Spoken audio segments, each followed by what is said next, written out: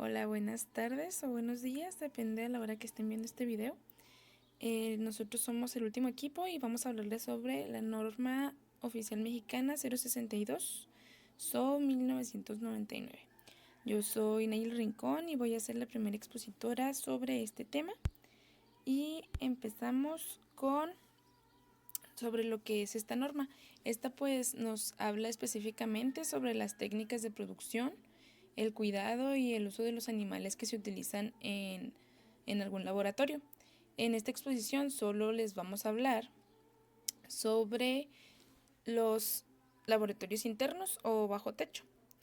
Esta norma menciona a los conejos como lagomorfos para que no nos vayamos a confundir. Zagarpa es la Secretaría de Agricultura y Desarrollo Rural. Como quien dice, certifica esta norma y nos habla de cómo fomentar la producción, el cuidado y el uso de los animales del laboratorio mediante la aplicación de diferentes técnicas. Como por ejemplo, pueden estar aquí incluidos todos aquellos formatos que nos dieron al momento de empezar a trabajar con animales en el laboratorio, para los que somos QVPs.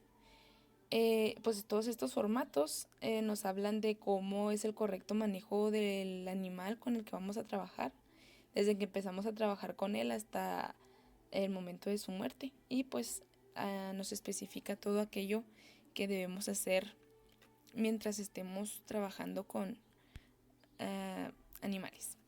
Bueno, objetivo y campo de aplicación. Esta norma es obligatoria en todo el territorio mexicano. El objetivo pues va a ser establecer, informar a todos aquellos laboratorios que utilicen o quieran utilizar animales, cómo debe de ser las técnicas para la producción y el cuidado de ellos. Y pues este es aplicable para todos aquellos bioterios que tengan como animales de trabajo a roedores, carnívoros y primates.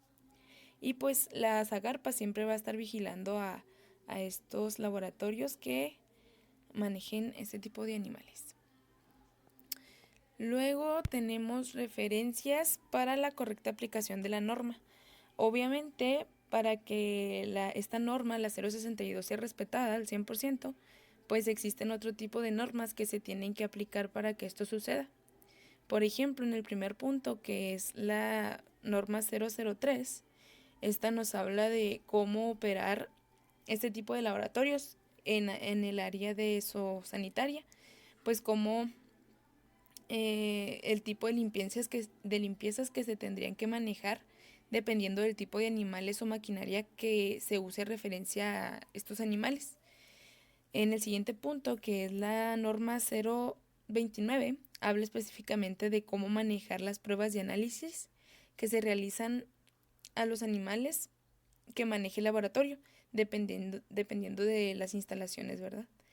En la 033 nos va a mencionar que el sacrificio de cómo debe ser el sacrificio de los animales, que pues como ya sabemos debe ser un sacrificio humanitario, y pues todo esto tiene un protocolo de cómo se debe de manejar. De esto nos habla esta norma.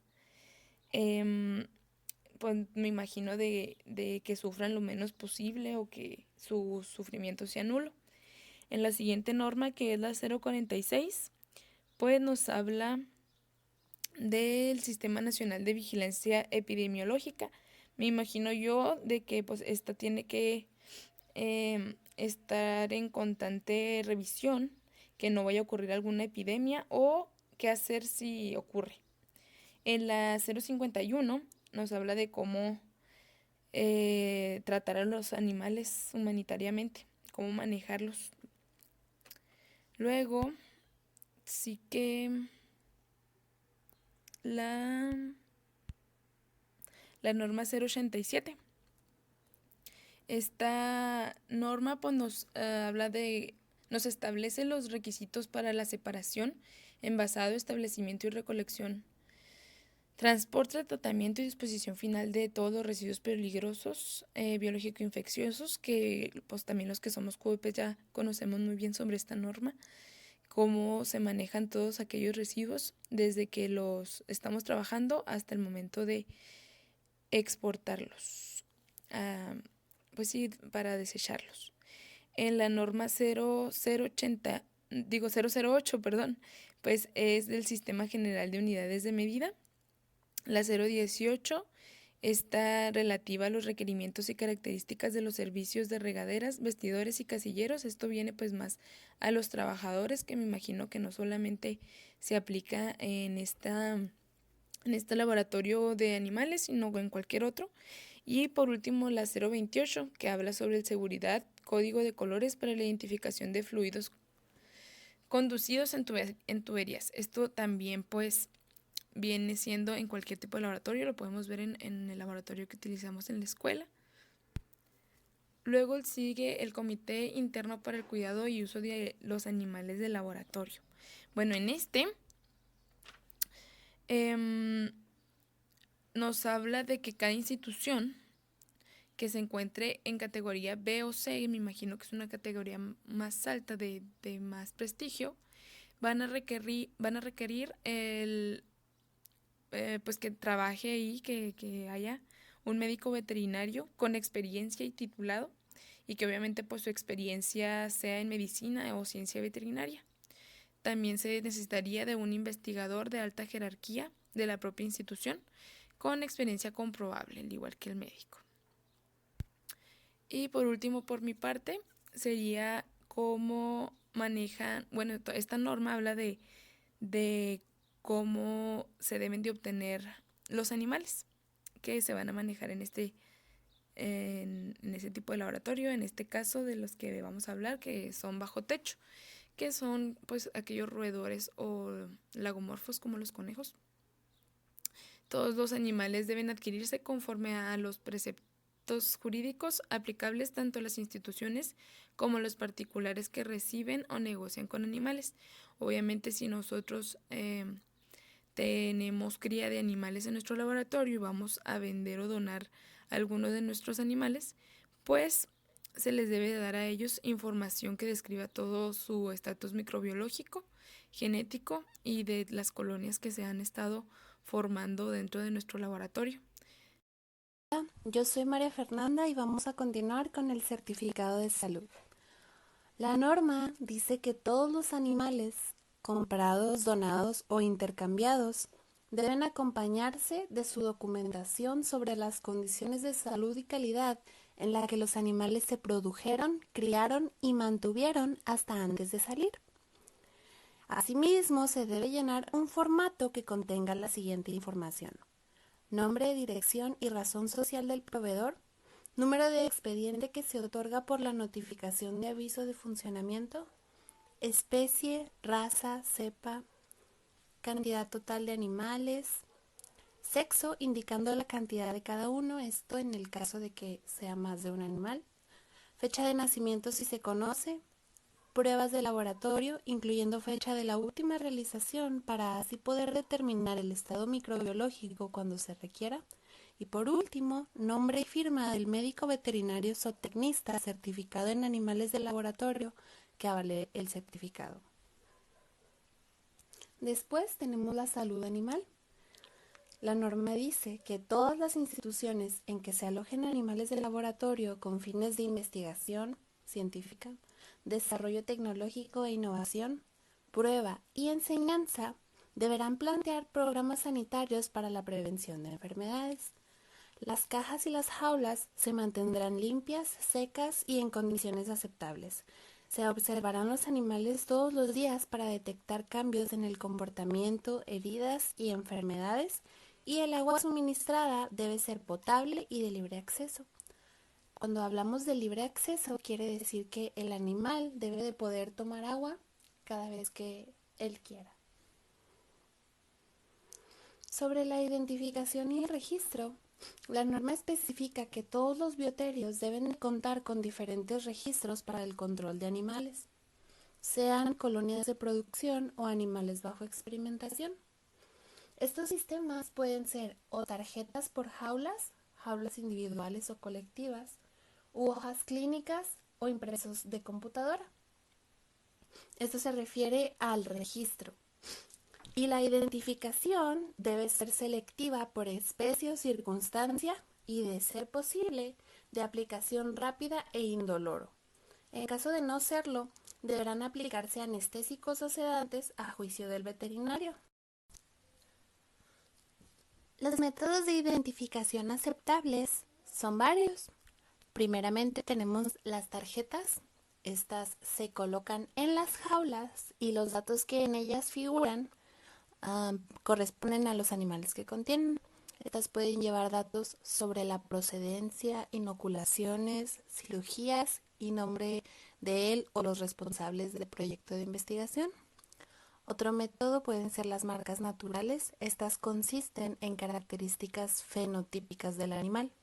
Estas pueden usarse siempre y cuando sean fácilmente detectables y sin posible confusión. Es decir, ningún otro animal debe presentar marcas como estas y deben estar perfectamente identificadas en las fichas mediante dibujos o señales particulares. Otro método aceptable son los colorantes o las tinturas. Estas solo se recomiendan en casos de identificaciones temporales en un tiempo no mayor a 20 días y obviamente no usar colorantes que sean tóxicos para los animales. Otros métodos son las perforaciones y las muescas. Estas se aplican principalmente en ratas, ratones y porcinos. Y los aretes, que son parecidos, pueden ser de plástico o de metal. En ellos se graban o se insertan letras o números para la identificación. Los tatuajes pueden hacerse en diferentes partes del animal según su especie y los collares se utilizan preferentemente en perros, gatos y primates no humanos. Estos collares deben de ser cómodos y deben de tener datos de identificación del animal. Por último tenemos transmisores subcutáneos. Este sistema de identificación se puede aplicar a todas las especies señaladas en esta norma. Aquí tenemos una tabla en la que se especifica el tipo de identificación y la zona de aplicación por tipo de animal. Tenemos en rata y ratón tipos de identificación como colorantes, perforaciones y muescas y tatuajes, así como los lugares en los que se pueden aplicar esos métodos de identificación, como son el pelaje y la cola, las orejas, la parte superior interna de la oreja y la cola.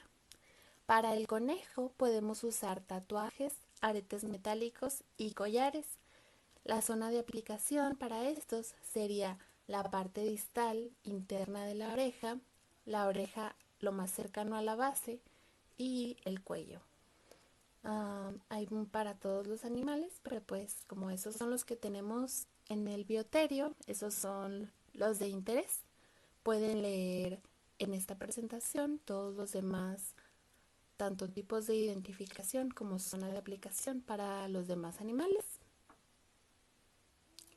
Después, para el alimento, la norma especifica que para todas las especies el alimento brindado debe de ser libre de aditivos, drogas, hormonas, antibióticos, pesticidas y contaminantes.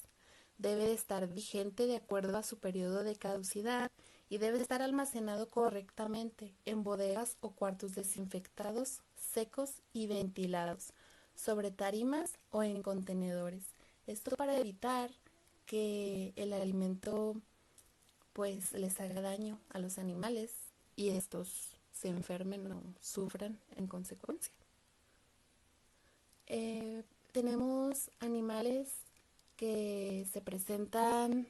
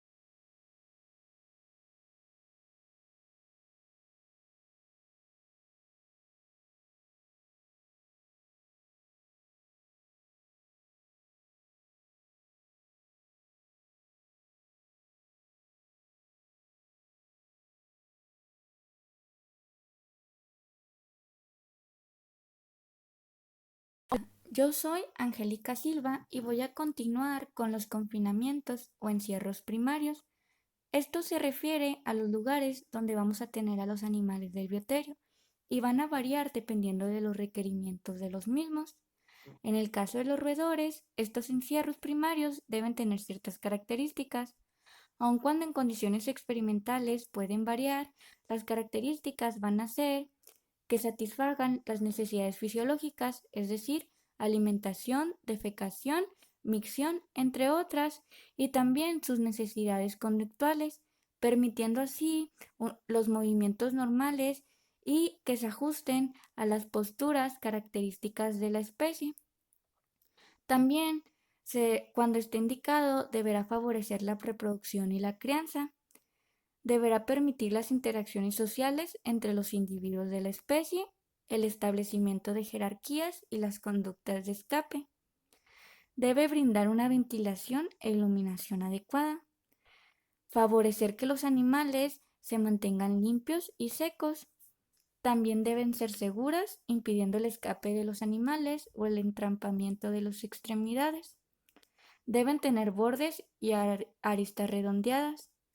El diseño debe facilitar la limpieza y saneamiento rutinarios y también las faenas de cambio, llenado y suministro de agua y alimento.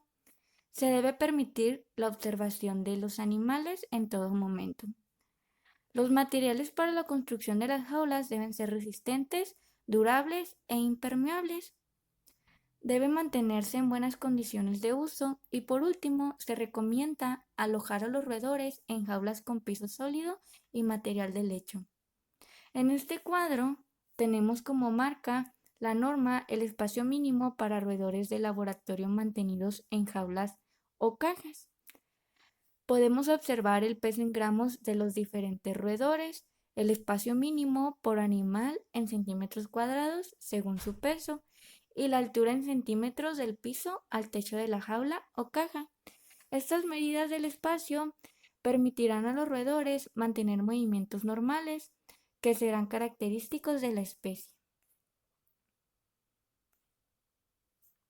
Después de los roedores siguen los conejos.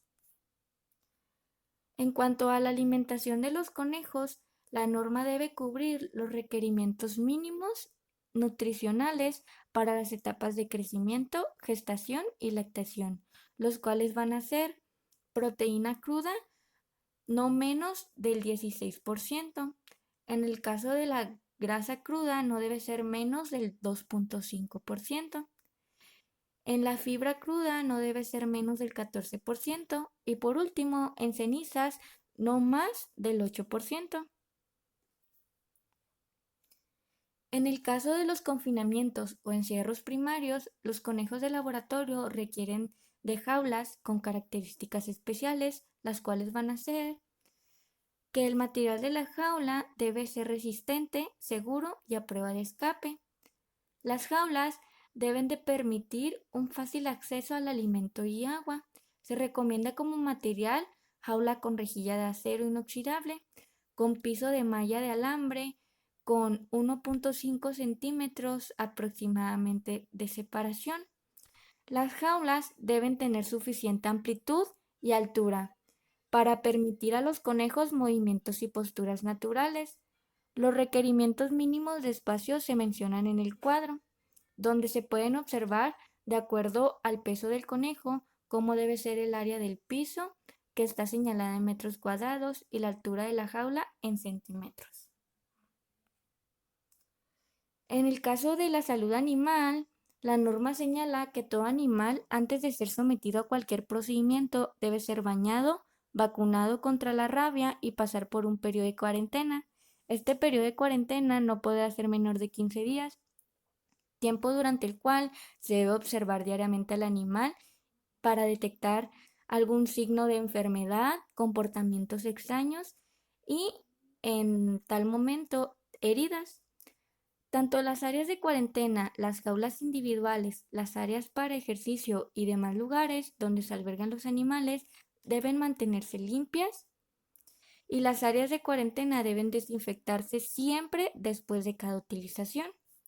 Solo se aceptarán animales adultos y no podrán utilizarse hembras gestantes ni tampoco cachorros, a menos que la línea de investigación así lo requiera, y para esto debe contarse con la recomendación aprobatoria del comité. Por último, en el caso de las instalaciones, vamos a tener señalado por la norma que las instalaciones destinadas para el alojamiento de animales de laboratorio serán diseñadas de acuerdo con las necesidades de los sujetos experimentales, que en este caso van a ser los animales con los que trabajamos, de los usuarios, que son los que los utilizan, que en el bioterio de la escuela van a ser los tesistas y nosotros los alumnos, y también del personal que interviene en su cuidado diario, es decir, en su cuidado y en su reproducción.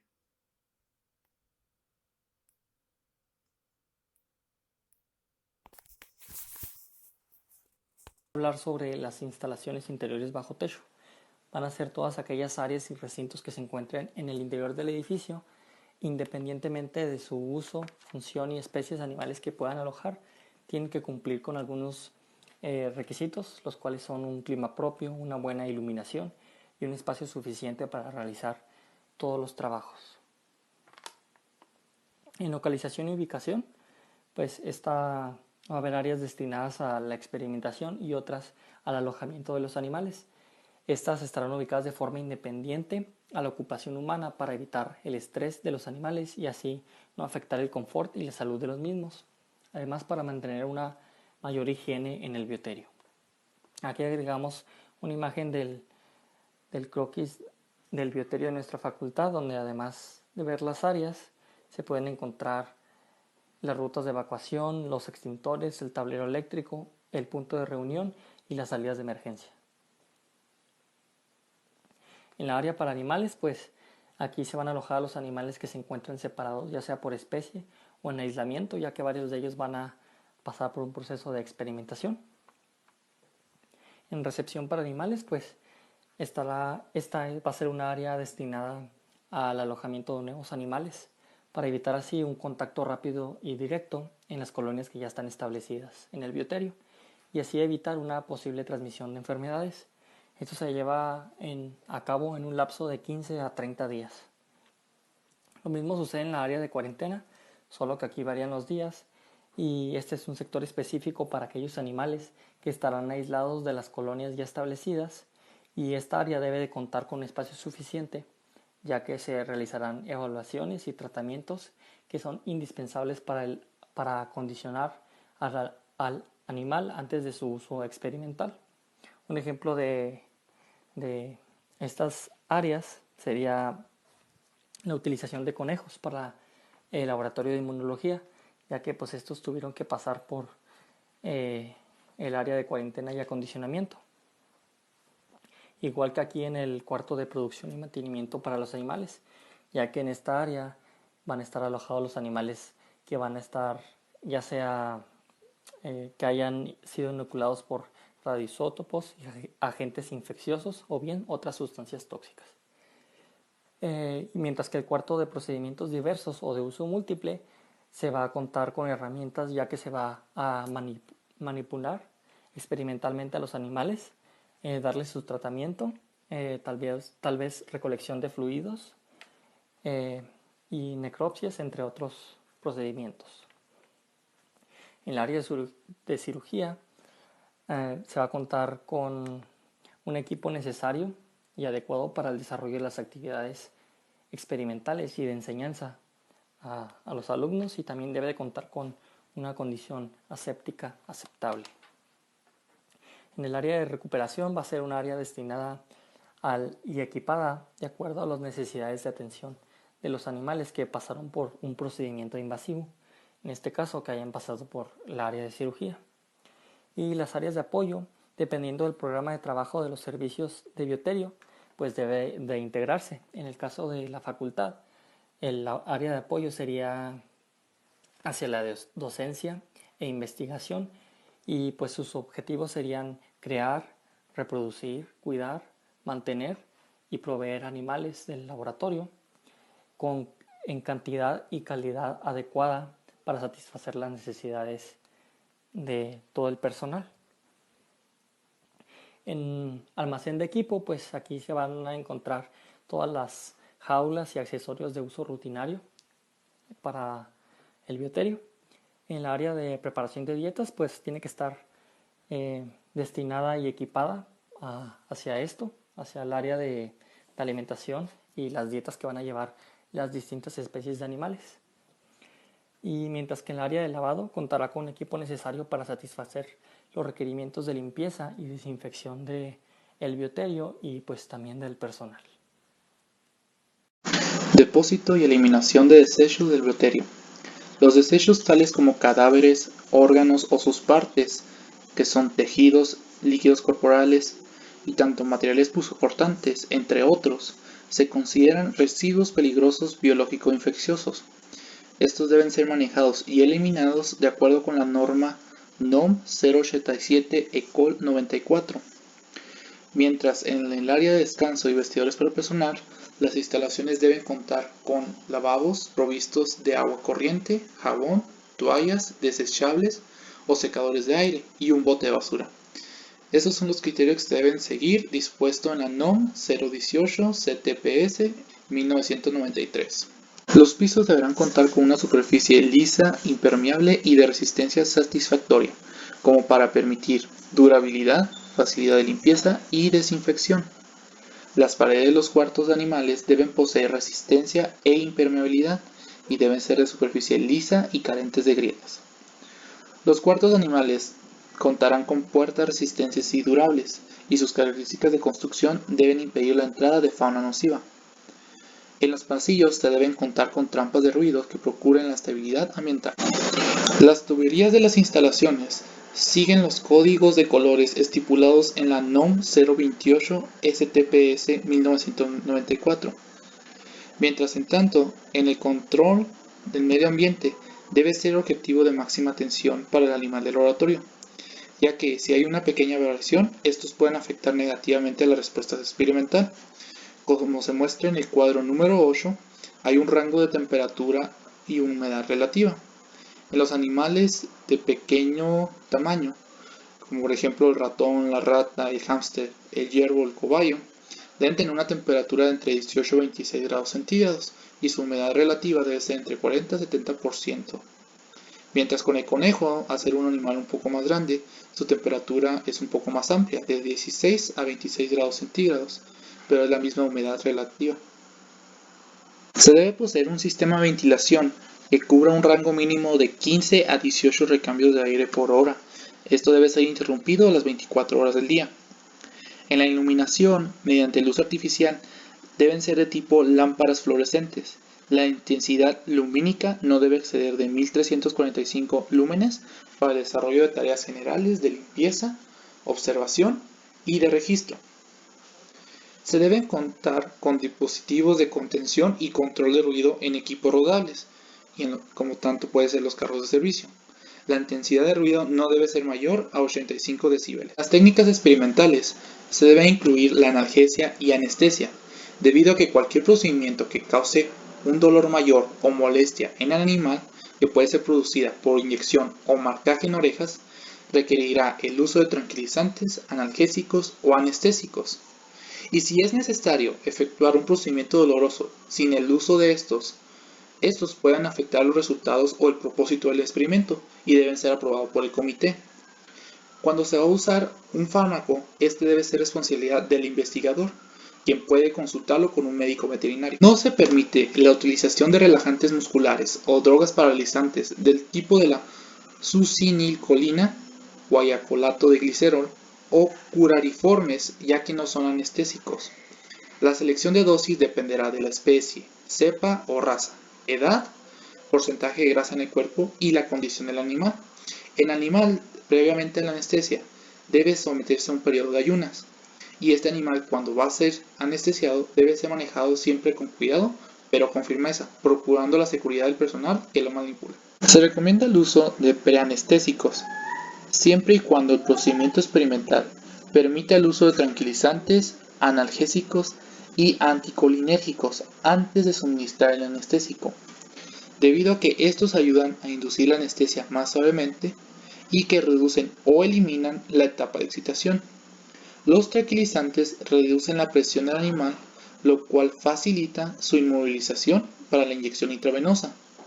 También reducen la cantidad general de la dosis de anestesia que se requiere y por lo tanto incrementan el margen de seguridad. Yo soy Arely Cisneros y les hablaré en esta parte de la exposición. Administración de fluidos y sustancias. Esta administración será conforme a las prácticas clínicas y científicas que sean permitidas en el animal.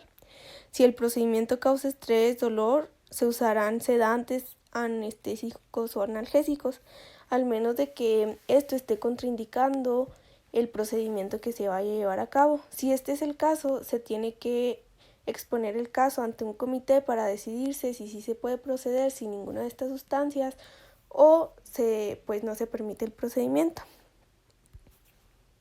Aquí seguimos con la obtención de sangre.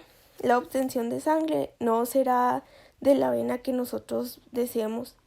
Aquí hay restricciones, por ejemplo en la rata no se puede en la vena auricular ni en la vena cava anterior.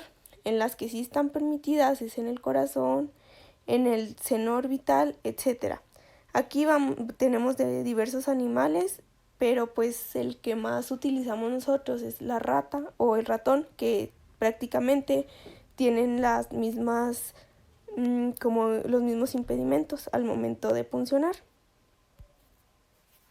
La eutanasia, pues sabemos que es una muerte inducida, pero tiene que ser digna. En este capítulo nos presenta los procedimientos empleados para inducir la muerte en animales de tal manera que ésta sea lo más humanitaria y digna posible. Este tipo de animales se emplean para desarrollo científico, innovación, entre otras cosas. Para disminuir el dolor y el estrés, el procedimiento debe causar rápida inconsciencia, paro cardíaco y o respiratorio, pérdida de la función cerebral, etc. Al igual, se busca reducir la perturbación emocional en el personal que vaya a realizar el proceso, así que en esta parte pues se busca que tanto para el animal como para el personal sea lo más cómodo posible el procedimiento que se llevará a cabo. Aquí las consideraciones generales. Los métodos descritos deberán tener concordancia con las leyes ya establecidas. Se seleccionará adecuadamente de los métodos según sean las necesidades del animal. No todos los animales van a tener las mismas necesidades, pues porque no tienen el mismo tamaño, la misma fisiología y pues no se van a usar para el mismo propósito todos. Pues también se tienen que adaptar las técnicas según sea el tipo de especie con la que se trabaje. Como ya hemos dicho, pues ningún animal es igual. Las consideraciones sobre el personal. El personal debe pues estar capacitado y tener una experiencia, y ambas tienen que ser comprobables. Esto con el fin para evitar accidentes tanto para el personal como para el animal que va a ser sometido al procedimiento. En los bioterios se deberá tener programas de capacitación al personal, ya sea para pues capacitarlo de un inicio o estarlo actualizando. Los métodos recomendables. Aquí tenemos a los agentes inhalables. Por ejemplo, tenemos a los anestésicos inhalables. El animal se deberá exponer rápidamente a altas concentraciones de este. Y al mismo tiempo el personal tiene que ser cuidadoso, ya que la mayoría de estas sustancias son tóxicas para el ser humano y pues tenemos que tener los cuidados adecuados. También tenemos los fármacos no inhalables. La administración de fármacos es vía intravenosa y es el método más confiable y rápido y seguro, tanto para el animal como para el personal. Este es el más recomendado a la hora de la eutanasia. Y pues los métodos físicos tenemos en ejemplo la irradiación con microondas. Los métodos aceptables condicionalmente. Para la valoración de estos pues se recomienda leer el reporte de la Asociación Americana de Medicina Veterinaria, que clasifiquen aceptables condicionalmente o inaceptables algunos procedimientos para inducir la muerte en animales. Para que un método sea aceptable o no, dependerá de diversas circunstancias y pues aquí vienen los puntos que hay que evaluar para ver si lo podemos llevar a cabo o no, porque aquí lo que estamos buscando es que el animal sufra lo menos posible porque pues nos está brindando muchas herramientas para poder crecer en muchos ámbitos de nuestra vida y pues lo tenemos que tratar bien.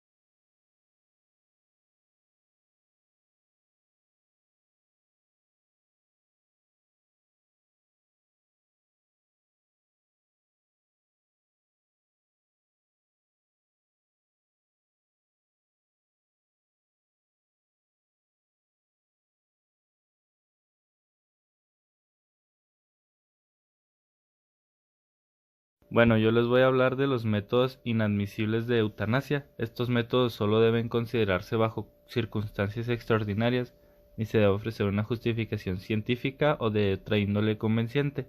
Deben ser aprobados por un comité y su uso es esporádico y solamente se permite cuando no haya otra opción. Como ejemplo tenemos la administración parental de hidrato de cloral, sustancia que induce la parálisis muscular sin causar inconsciencia, lo cual es lo que está mal, que no cause inconsciencia, empleo de la nicotina, etc. Prohibiciones. Está prohibido el uso de los siguientes métodos y sustancias para la eutanasia, debido al riesgo inherente para los operarios. El uso de cloroformo. Las mujeres embarazadas no deben aplicar agentes anestésicos inhalables.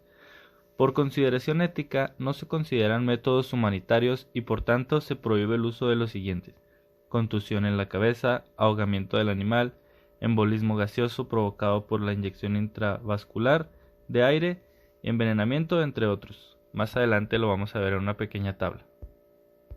Bueno, aquí tenemos la forma de aplicación de los agentes y métodos de eutanasia. En animales pequeños como roedores, tenemos que los métodos recomendados son anestésicos inhalables, CO2, argón, nitrógeno, irradiación con microondas y barbitúricos. Pero los métodos aceptados condicionalmente son el nitrógeno, el argón, la dislocación cervical y la decapitación. En conejos tenemos como métodos recomendados los anestésicos inhalables como el CO2 y los barbitúricos. Como métodos aceptables condicionalmente tenemos el nitrógeno, el argón, la dislocación cervical, decapitación y el perno cautivo penetrante. Bueno, aquí tenemos la tabla que les mencioné anteriormente, que son los agentes y métodos de eutanasia prohibidos, que son como descompresión, congelamiento instantáneo, embolismo gaseoso, ahogamiento, estricnina, agentes curariformes, sulfato de magnesio, clorato de potasio y nicotina, cloroformo, cianuro y contusión. De estos, el congelamiento instantáneo y el embolismo gaseoso se pueden llegar a utilizar solo si el animal está anestesiado, si no, es totalmente inaceptable. Otros métodos o agentes como la descompresión, la estricnina y el cianuro no se aceptan debido a la manera en la que muere el animal. Medidas de bioseguridad y salud ocupacional para el personal involucrado con la producción, cuidado y uso de los animales de laboratorio. Como normas generales, cada institución de investigación que utilice animales de laboratorio establecerá las medidas específicas pertinentes de bioseguridad y salud ocupacional de acuerdo con su situación particular determinada por el Comité de Bioseguridad, su comité interno de cuidado y uso de animales de laboratorio y su área administrativa encargada de las relaciones laborales. Dichas medidas deben quedar plasmadas en un manual. Es responsabilidad de los directivos de cada institución vigilar que se cumplan las disposiciones de bioseguridad y salud ocupacional. Capacitación de personal. El personal expuesto a riesgo debe ser capacitado debidamente. El manual específico de bioseguridad y salud ocupacional debe señalar el tipo de capacitación del personal requerido para cada caso. Se debe capacitar adecuadamente en cuanto al manejo de producción de desecho, higiene personal y medicina preventiva en su área de trabajo. Instalaciones y equipamiento. Las instalaciones y el equipamiento varían de acuerdo a las características propias de cada institución. En el uso de sustancias químicas, el personal debe tener conocimiento de las lesiones que pueden producir las mismas. Todas las sustancias químicas deben estar propiamente etiquetadas y ser almacenadas en un gabinete especialmente designado para tal fin. Se debe seleccionar el confinamiento o encierro primario más apropiado de acuerdo con las recomendaciones de esta norma. Evaluación médica y medidas de medicina preventiva. Toda institución que maneje animales de laboratorio debe implementar un programa de evaluación médica y medicina preventiva para el personal, que debe ser incluido en el manual específico. Disposición final de productos biológicos, excretas y cadáveres. El manejo con respecto a la disposición final de productos biológicos, excretas y cadáveres será determinado de acuerdo con lo establecido en la norma oficial mexicana 087 y cualquier otra disposición aplicable en la materia. Higiene personal. Es requisito indispensable que todo el personal mantenga un alto grado de limpieza personal en todo momento. Supervisión. Los puntos considerados como medidas de bioseguridad del personal referido en la presente norma deben quedar registrados apropiadamente en la bitácora y en el expediente. Sanciones y concordancias con normas internacionales. El incumplimiento a las disposiciones contenidas en la presente norma será sancionado conforme a lo establecido por la Ley Federal de Sanidad Animal y la Ley Federal sobre Metrología y Normalización. Esta norma no coincide con la norma internacional alguna, pero no existir referencia al momento de su elaboración. Bueno, muchas gracias por su atención. Si tienen alguna duda respecto a los temas expuestos, no duden en enviarnos un correo para la resolución de la misma.